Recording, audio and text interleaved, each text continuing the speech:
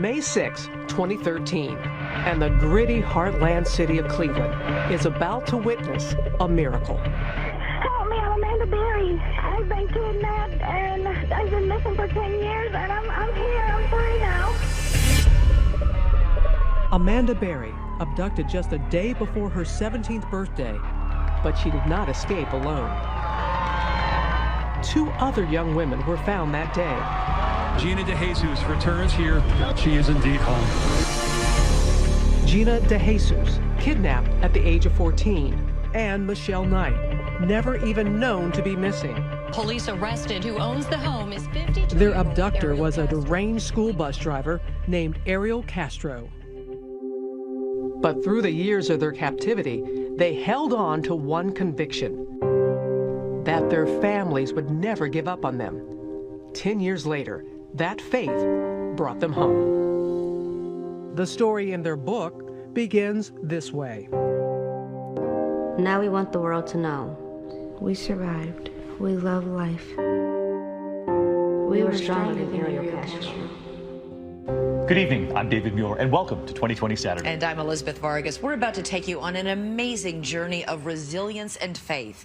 That's all Amanda Berry and Gina DeJesus had to hold on to in order to survive a decade in that Cleveland house of horrors. We were there when they were finally brought home, of course, with still so much to learn. But right here tonight, they're telling what did happen in a memoir appropriately titled Hope. Robin Roberts with their incredible story. It was pretty cool. Amanda Berry, now 30, is tiny, just over 5 feet tall, but inside, a tower of strength. Tell me what you were like when you were 13. What kind of teenager were you then? I was pretty much a homebody. I stayed home a lot, did my schoolwork. What did you want to be when you grew up? I was into fashion. Like, when I was in school, the shoes had to match the shirt and the shoelaces had to match the outfit, She was raised by her mother and older sister in a working-class neighborhood on the city's west side. The tiny girl had big dreams of being the first in her family to go to college. We was a very close family. It was me, my mom, my sister, and my 2 daughters. We did everything together. There was not a time that she didn't call and let us know where she was. It is April 21st, 2003, the day before her 17th birthday, and Amanda is on her way to work at Burger King. How did that day begin? Well, my mom gave me a kiss and just told me have a good day. And I got up, got ready for work. I almost called off of work that day because the next day was my birthday. What if I would have called off that day? That question would haunt her in years to come. But this day begins like any other, until the moment when an SUV starts to follow her down the street. And he asked, "Do you need a ride home?" And I said yes. The man inside is the father of her friend, Angie Castro, from middle school. So did that make you feel a little relieved? It did, yeah. It's a friend's dad. He's like, "Well, she's at my house. Would you like to go see her?" I said, "Yeah, sure. I haven't seen her in a while." They drove down this quiet street, Seymour Avenue, and pull up in front of a white 2-storied house. And what happened when you went into the house? Well, he said, "Oh, well, the bathroom door's closed. I think maybe she's taking a bath." So he said, "Well, just wait." So he started showing me around the house. And I never got back out. Moments after stepping through the door, Amanda knows she is in trouble. Castro takes her upstairs and shows her something strange: a mystery woman sleeping in a bedroom in front of a television set. When I seen her, it was like a little peephole that the doorknob was supposed to go in. So that's all I saw. She would later learn that woman, 22-year-old Michelle Knight, had been Castro's prisoner for almost a year. And what did he tell you? That was his roommate. Her memories of what happened next are still raw. When he took me to the next bedroom, and it was just really dark in there, and he didn't turn on the lights. And there was a little room off of the bigger bedroom, kind of a big closet. And he took me in there, and he told me to pull down my pants. And from there I knew this was not gonna be good. Amanda has just become Castro's second prisoner. When he took me to the basement, he taped my wrist and he taped my ankles, and he put a belt around my ankles over the tape, and then he put a helmet over my head. And he said, just be quiet and don't make any noise, and I'll take you home. The visor of that black helmet is now fogged by her tears. He chained me up to this pole, and it was like a really thick chain, like a motor chain or something. And he just left me there. He shut the lights off and put a little TV there, and I was just left in the dark. I just started screaming and crying, and somebody, please help me, you know, and nobody came. So you're there in the dark, you're chained up. Lord only knows what you had to be thinking. I was so scared that I was gonna die. I didn't think that I was gonna ever make it home.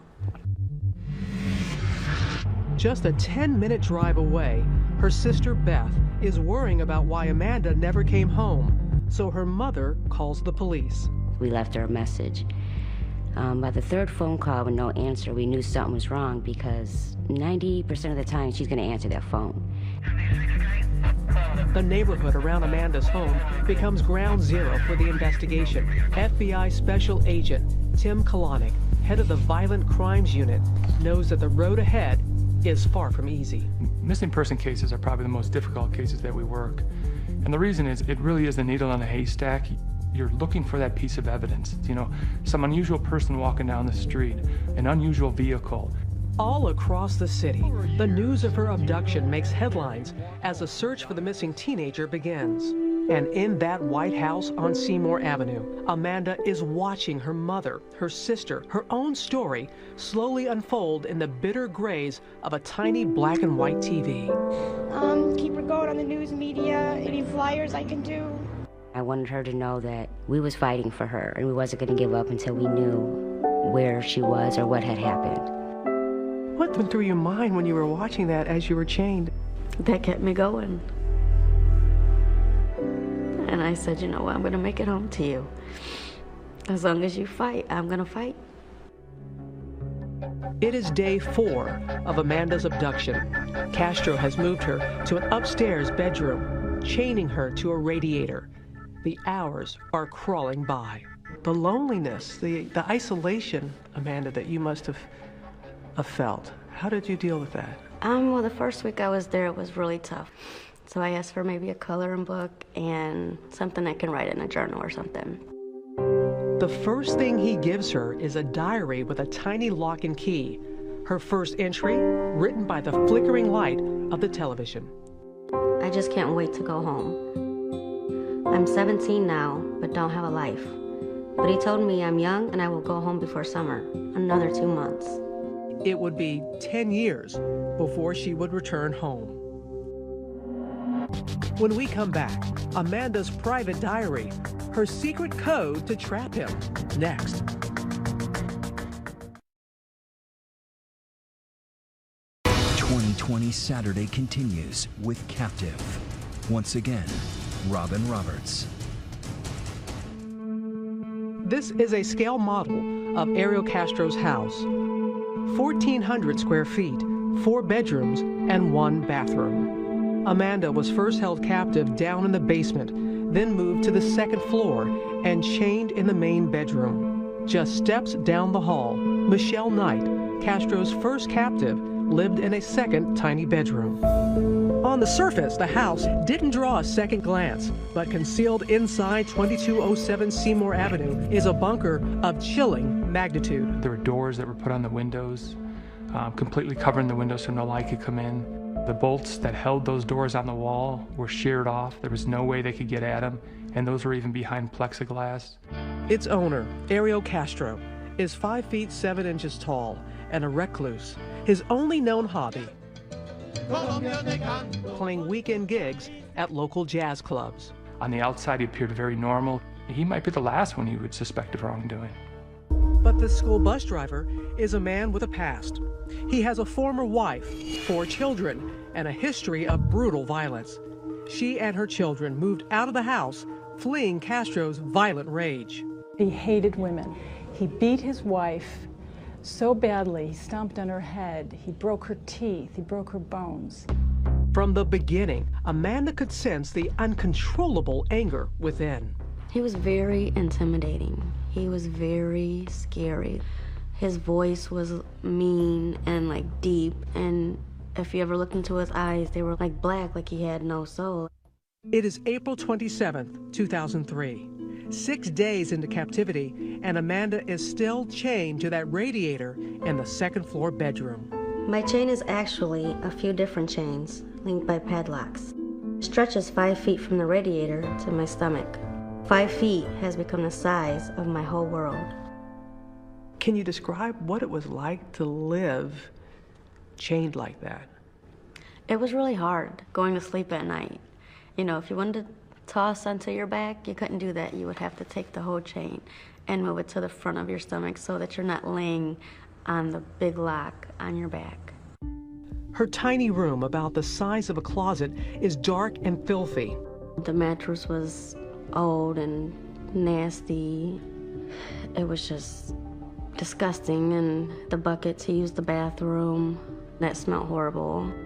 Once a day, he feeds her, sometimes junk food, sometimes not at all. He started to give a bag of chips or crackers or something. Her access to the bathroom is strictly limited. You could only take a bath like once a week. Ariel Castro is her only lifeline, but everything, even her weekly shower, comes at a price. He tried to act nice, but he's like, well, maybe you need to go take a shower, and I had to take a shower with him. He forced you to take a shower with him? He thought that, well, I gave her that. I deserve this. Well, what do you want to tell people about the sexual abuse that you suffered? It was horrible. After a while, you just get used to it. Like, you numb yourself to it, and you put your mind somewhere else so that you're not there. You know, you're not in that room with him. How often did you think you were not going to survive?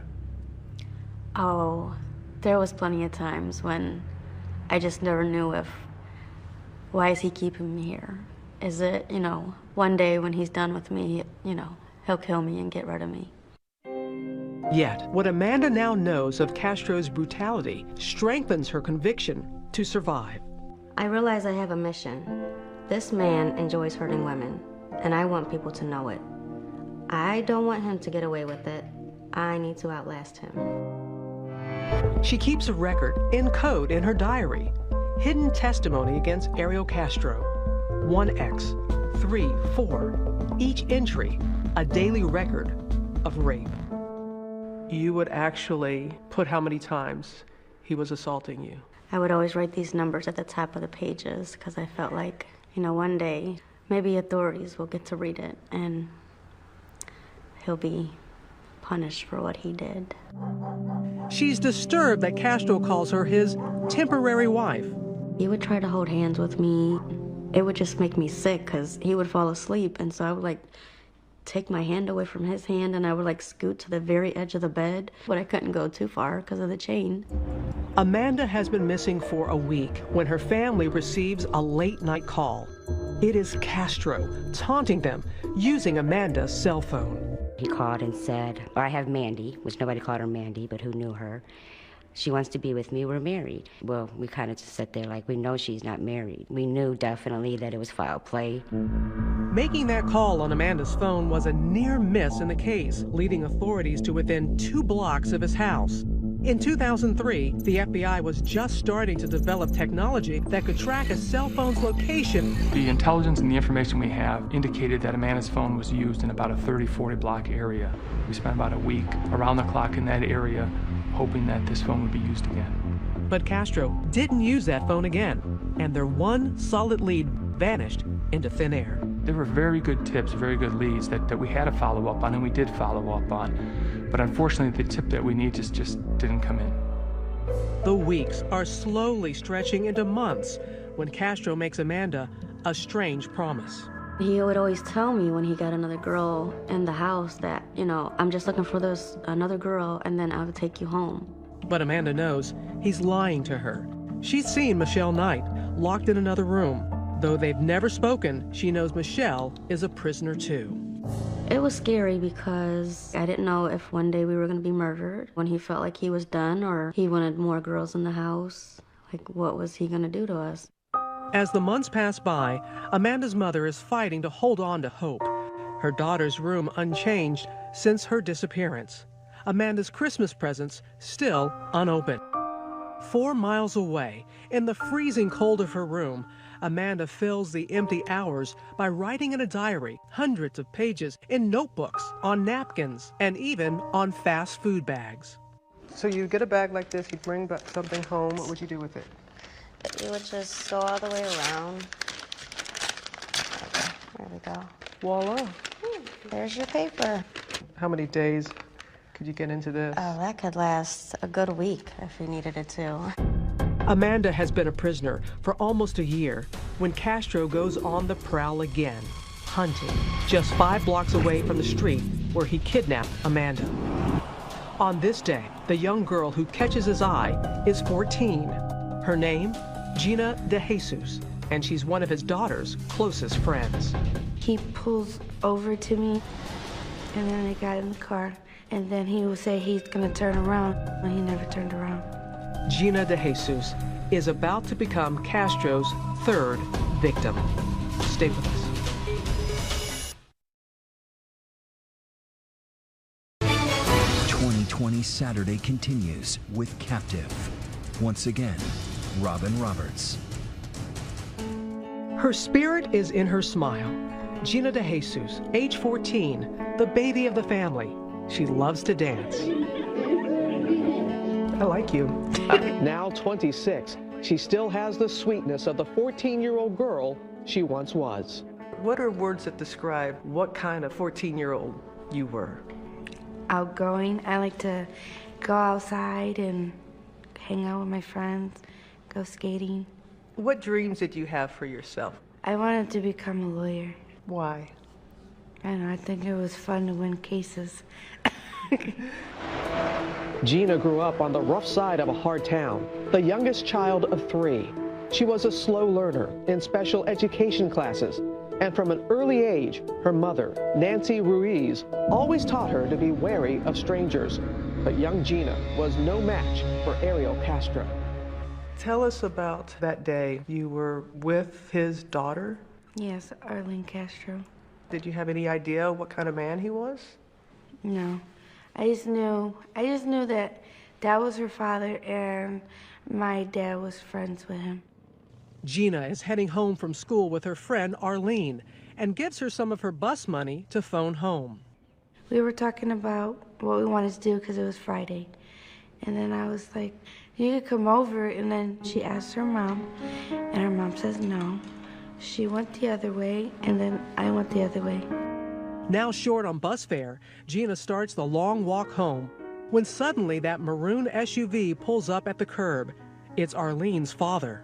He asks me if you've seen my daughter.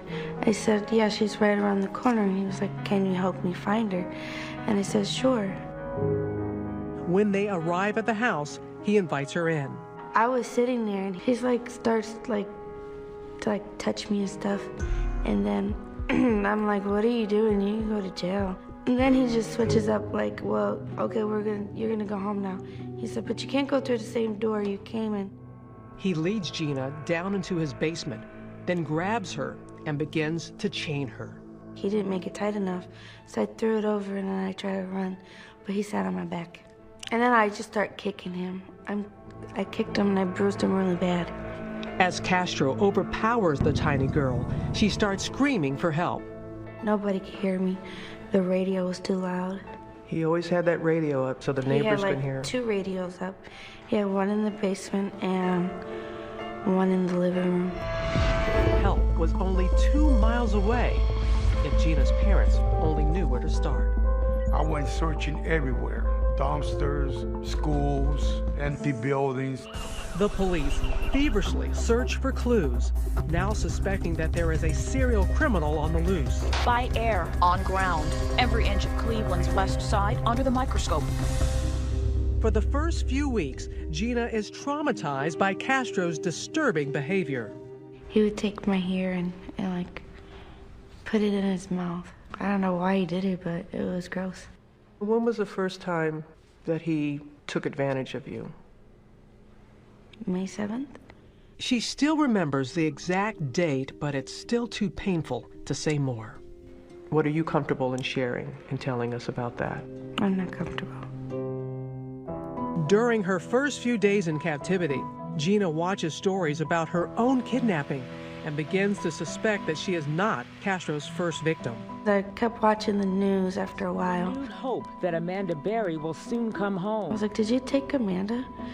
And he was like, no, why would you think that? I was like, because you took me.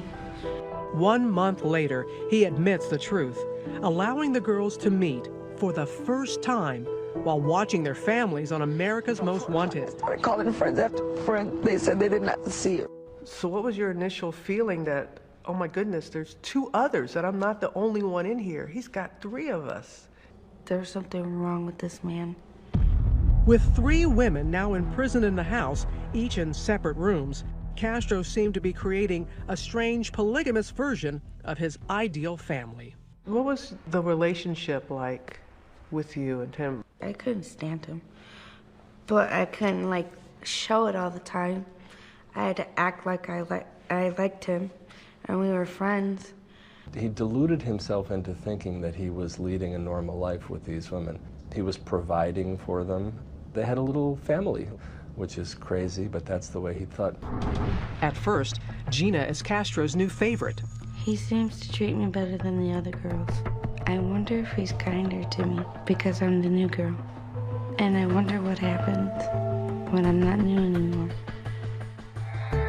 As the new girl, Gina learns about Castro's rigid house rules, granting them freedom from their chains only to clean the house. We had to use like a tiny drop of dish soap to wash like a full sink of dishes. We had to put the pan in the center on the stove. Like it couldn't be a little to the left, a little to the right. Castro used this calculated deprivation to drive the girls apart.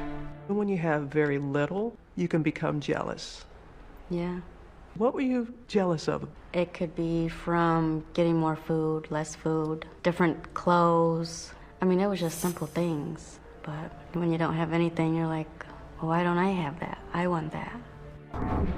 The girls were riding an emotional roller coaster when suddenly Amanda drops a bombshell. She writes about it in her diary. I have a secret, a reason to fight. I think I'm pregnant. When we come back. 2020 Saturday continues with Captive. Once again, Robin Roberts. 3 more years have passed in that house on Seymour Avenue. Gina, Amanda, and Michelle locked in a prison of frozen time. Their posters are getting tattered. Their school friends have graduated. What was the biggest part of you that you felt he took from you that you lost? A normal life, living life. As a normal teenage girl, having birthdays or going to a prom, having the fun times as just a regular teenager. Still, they hold fast to the memories of their family's love.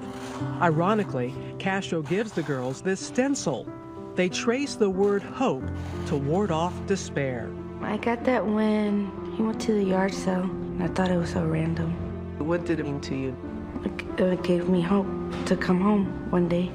Their only window to the outside world is that black and white television. Anybody that you watched on television that helped you get through the times? I watched Oprah a lot, Martha Stewart for recipes, and I watched you. You watched me. I remember during Hurricane Katrina, I saw everything that you went through.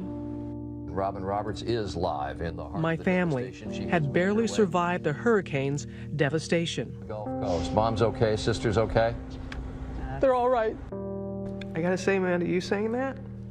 It reaffirms to you that you never know who's watching. You never do. And Amanda is watching when her mother appears on the Montel Williams show with psychic Sylvia Brown. I would watch her every time she was on Montel, and I'd say, I wish my mom would go on there. And then she could tell my mom that I was alive and that I'm okay. But Sylvia Brown breaks Luana's hope. I just hate that she's not alive, honey. I just broke down crying because I couldn't believe she said that. And then my mom broke down crying, so that hurt even worse. 2 years later, Amanda learns on a news report that her mother has passed. For 3 years, Luana Miller fought hard to find Amanda. I think that was the hardest part of being in there. She was always fighting, and she was never going to give up on me. And for her to get sick, and I couldn't be there with her. I couldn't help her when she was sick. Isolated by loss, sometimes Amanda has only Castro. So he came in the room, and I was just really sad, and I started talking to him, and he's like, everything's gonna be okay, everything's gonna turn out all right. And so I asked him for a hug, and we hugged. There had to be a part of you that was thinking, what in the world? There was, but then there was another part of me, like, I needed that. I needed, like, a human caring touch instead of everything that he always did, which was not caring. It is Amanda's 20th birthday when Hope makes an unexpected visit. I think I'm pregnant. I think my mom sent this baby. Someone to help pull me through. I think she is sending me a miracle. It is early in the morning on Christmas Day, 2006, and Amanda Berry is in labor. He went and got Michelle, and he got this baby pool because he didn't want, you know, a mess on the bed, so. She strips off her clothes and gets into that inflatable wading pool. Michelle was kind of just talking to me like, you know, relax, calm down, you're okay. And he sat in the rocking chair right there just reading this book about like birth and stuff. Just hours later, baby Jocelyn emerges into her surreal world. What was it like for you, Amanda, when you looked in her eyes for the first time? It was amazing because she was so quiet, and she was just the most beautiful thing. You hear of rape victims who have a child. How do you just wrap your mind around it and make it work? You know, at first that's what I was worried about. This is his kid. You know, how do I feel about that? And she resembled him a lot. And I would look at her and I just felt like, she's mine. She's mine. At first, Castro's so afraid of raising questions, he buys no supplies for the baby. Her first outfit was one of his socks, and he cut out like 2 holes for her legs, and then he cut out another sock, and then he cut 2 arms out, and that was like a little dress for her. From day one of Jocelyn's life, Amanda fights for normal in the most abnormal of places. She covers the doors over her windows with a bright shower curtain. She pastes the alphabet up on a wall. But as Jocelyn grows older, it gets harder to hide the truth. Does she see the chains on you? Yeah. So he started to call them like bracelets. And she was about 3 years old. And he finally took the chains off. That was because of Jocelyn. What was her relationship like with her father? Normal. She loved him and he loved her. Though Jocelyn is almost 3 before he consents to her first walk outside in the sun. She had never been to parks before and seen little kids like herself. One of the best times when you looked out and you saw the sunlight on her face for the first time. It was the most beautiful thing. I just felt like that's where she should always be. It's the beginning of a new chapter in Jocelyn's life, going outside, attending Sunday services. Her room is now filled with toys. Castro's love for Jocelyn is turning him into a different man. He really didn't know what to do because this adorable little girl saying, I want to go outside and see the ice cream man. I want to go and see the snow. And the more she led him outside, kind of the more likely it was that his jail was going to one day burst apart. It is the summer of 2011. Jocelyn is almost 5 years old when, in a defiant act of hope, Amanda creates an imaginary schoolhouse inside the prison of their tiny room. We would pretend, leave our house, all of this in the same room, of course. So you've been doing all this in the same room? Yeah. I would tell her, okay, we're at a street now, so you gotta stop. Then you look both ways for cars, and then we can go across the street. Okay, we're at school now, so and then I'd sit her at her little desk and tell her, you have a good day at school now, Mommy will be back later for you. They would travel together on that imaginary journey every day of Jocelyn's kindergarten year. When we come back, how they nearly escaped. His daughter was right there, 10 feet away. Did you think about if we yell? Next.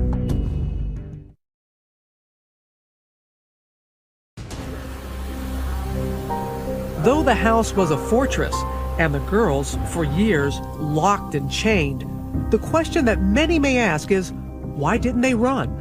I thought about putting rat poison in his beans and then spraying like pine sol in his eyes, but he was always a step ahead of what I was doing. Both girls admit there were opportunities that slipped away. Once, when Gina's friend Arlene Castro stopped by, he moved and chained all three girls in the basement. The three of you were in the basement, and his daughter was right there. Arlene was just 10 feet away. Yeah, we can hear him laughing and talking. Still, they remained silent. Did you think about if we yell? She's right there, we're right there. Possibly somebody she could hear you? There was always a chance. What if he killed everybody?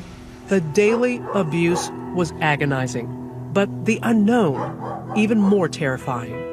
Every day was unpredictable. That was one of the hardest parts, because you never knew how he was going to act. What do you say to those people to make them understand? You never know until you're in that situation, what you're going to do, how you're going to react. They dreamt of escaping. They dreamt of setting the house on fire.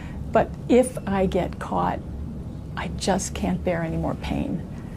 And they were frozen in fear. But on May 6, 2013, courage came from the most unexpected of places. On that day, it is little Jocelyn who sparks the great escape. It's like, Mom, Daddy's car is gone. My heart immediately started pounding because I'm like, should I chance it? If I'm going to do it, I need to do it now.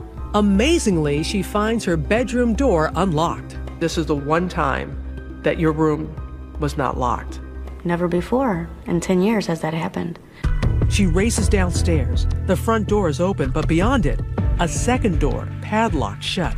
Still, Amanda manages to squeeze out an arm. So I'm just like waving my arm and I'm like, somebody please, please help me. I'm Amanda Berry, please. She's too afraid to go back for Gina and Michelle. I turned to Michelle, I'm like, we could run. But then once Michelle gets pumped, I talked her out of it. Why'd you talk her out of it? I thought that Amanda got caught. Outside, a neighbor sees Amanda, but is afraid to intervene. After I got to that door and the guy didn't help me, I was like, he's gonna come home and this is just gonna be the end. That's when Charles Ramsey shows up. I see this girl going nuts, trying to get out of her house. I go on the porch and she says, help me get out. I've been in here a long time. He kind of like started like trying to pull on the door, but he couldn't get it open either. And so he like kind of kicks it and he's like, there you go, finish kicking it out and you can get out. With reckless courage, Amanda kicks her way to freedom and emerges, clinging to her terrified daughter. This is a cell phone image of that moment of freedom. And she comes out with the little girl and she says, call 911. My name is Amanda Berry. Help me, I'm Amanda Berry. I've been kidnapped and I've been missing for 10 years and I'm here, I'm free now. Were you still frightened that he may show up at any time? I was terrified. And just because there's people on the street doesn't mean that he wouldn't hurt me. Why, after all this time, do you think he left that door open? I still don't know why he left that day with the door unlocked. I would never know. Within minutes, the police start flooding the street. It was so unreal because the cops just kept coming. My partner immediately asked her, is there anybody else inside? And she said, yes, Gina DeJesus and another girl. A neighbor captures the moment when the police storm the house. Inside, Gina and Michelle cower in their room, afraid of Castro's rage.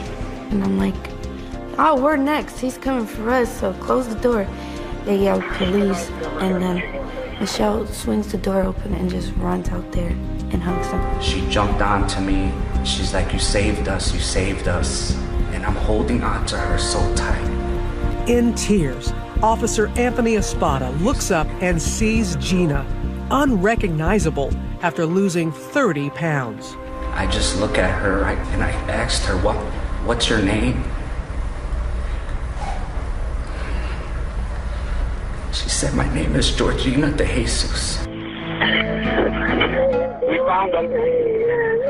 We found them. Lost and finally found, the flashing lights blind their eyes accustomed only to darkness.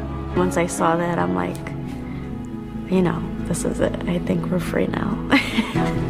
Delivered at last from the shadows, their families wait with open arms. Oh my God, she's so skinny, but she was still beautiful. She had the biggest smile that she always had. It was like a dream. I needed somebody to wake me up. Thank you, Lord. You brought my baby back home. For Amanda, Gina, and Michelle, the endless nights of terror have finally come to an end. Can you forgive them? The answer when we come back.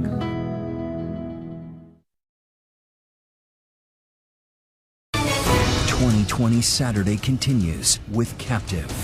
Once again, Robin Roberts. August 1st, 2013. Ariel Castro pleads guilty to 937 counts of kidnapping and rape. His sentence, life plus 1,000 years. But can Gina and Amanda forgive the man who stole their lives away? I think you have to forgive in order to move on with your life. Can you forgive him? I thought about that a lot. And in this situation, I feel like, no, I could never forgive him. I mean, he took my mom from me. I'll never get to see her again. Just weeks into his sentence, Castro hanged himself. I wish he would have not killed himself because I wanted him to suffer like we did. I think he took the easy way out. The house on Seymour Avenue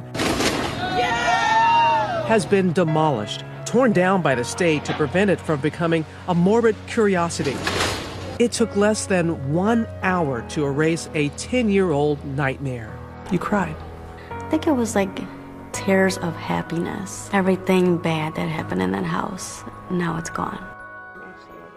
One hopeful item from those dark years, a thank you note, now seems prophetic. So one day I was going to get home and they were going to read this. Thank you for not giving up on me. And it's because of your help that you're reading this, because that means I'm home.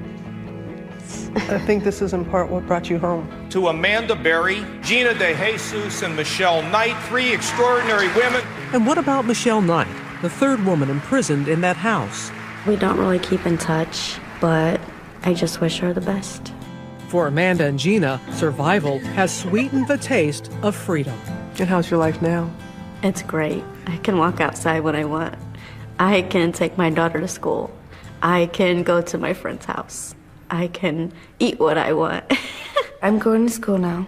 Have you learned how to drive yet? Yes, I have my license. I hope my daughter, she does good in school, and we just have a bright future and see what comes. With the past now behind them, one last note. To the thousands of missing children out there, watching, searching, as Gina and Amanda did, for light in the darkness. And you don't know who's watching you right now when we air this. What do you say to that person who's watching you right now? Amanda looked straight into the camera with this message of hope. Never give up, because you will make it. Your family, your friends will not give up, so you don't give up.